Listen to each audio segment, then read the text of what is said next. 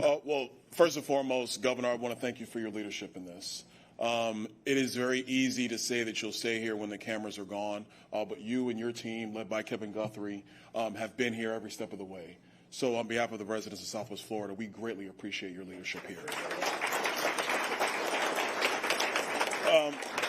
A couple things. First, let's talk a little bit about what's happening federally, or let me say it better, what's not happening federally. There are provisions in the IRS code that should have been in place under Speaker Pelosi's leadership. She did not do that.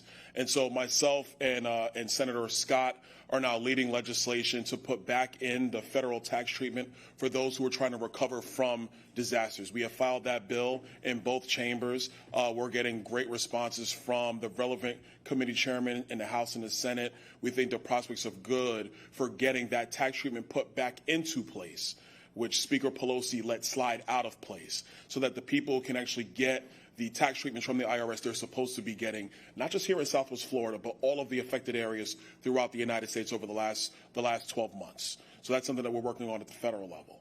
Here locally, working with Mayor Smith, we were able to do what we could to get the post office back open down on Sanibel. That's stuff we've been doing at the federal level. But now let's talk about FEMA. Director Guthrie, I thank you for all of your hard work, and Governor, again, I thank you for all of yours. But there are still roughly 1,400 people who are displaced with respect to Hurricane Ian. And FEMA has been very, very slow, if not tepid, in their response to housing. Now, their big argument that they'd like to make is that, well, a lot of the affected area are in flood zones, and they don't put trailers in the flood zones. But this is not a normal situation. This is an emergency situation. This is a recovery situation. I've had a very candid conversation with FEMA, and I'm having now a very public declaration towards FEMA to cut the red tape, to get people the housing that they need immediately. They shouldn't have to wait another 90 to 120 days. This is their estimate, not mine. They should not have to wait another 90 to 120 days to be able to get the housing that they so desperately need. We have about 200 residents who are now out of the area completely, simply because FEMA has not been able to respond to their needs as effectively as possible. So all told, the full number of displaced is around 1,500 to 1,600 residents throughout Southwest Florida. Enough is enough. I mean, we know we live in a flood zone. I mean, guess what? It's Southwest Florida. I mean, look behind you. We get that.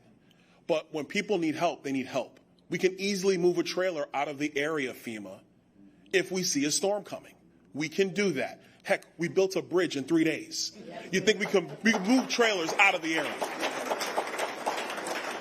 So it's time that FEMA just steps up, gets through the red tape, and we get down to business of getting people the homes that they need. And FEMA can do that. The White House can do that by just waiving the rules and getting the job done. So I'm calling on them to do exactly that. Second thing, and Kevin Guthrie actually alluded to it, is the sliding scale of 60 days to allow the inspectors that the state of Florida has brought forth to help our municipalities get back on their feet as quickly as possible. Yeah, we need FEMA to go ahead and do that too. We need the White House to approve that extension or that waiving of the rules, however you want to phrase it. Let's just get the job done. But we've also told FEMA that they were giving us one inspector a week. That's just simply not good enough. We have an area trying to get back on its feet. And so what they should be doing is requisiting whatever private assets necessary to bring private inspectors in so we can get our communities back on track. Look, there's a lot of hard work that's going to come through rebuilding. We all know this.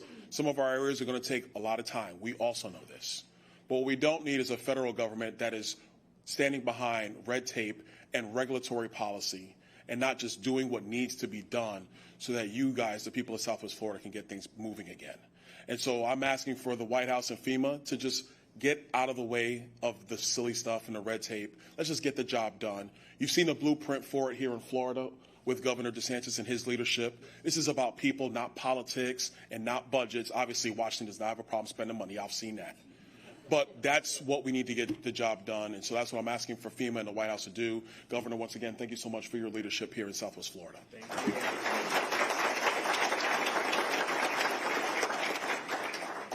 Come on up.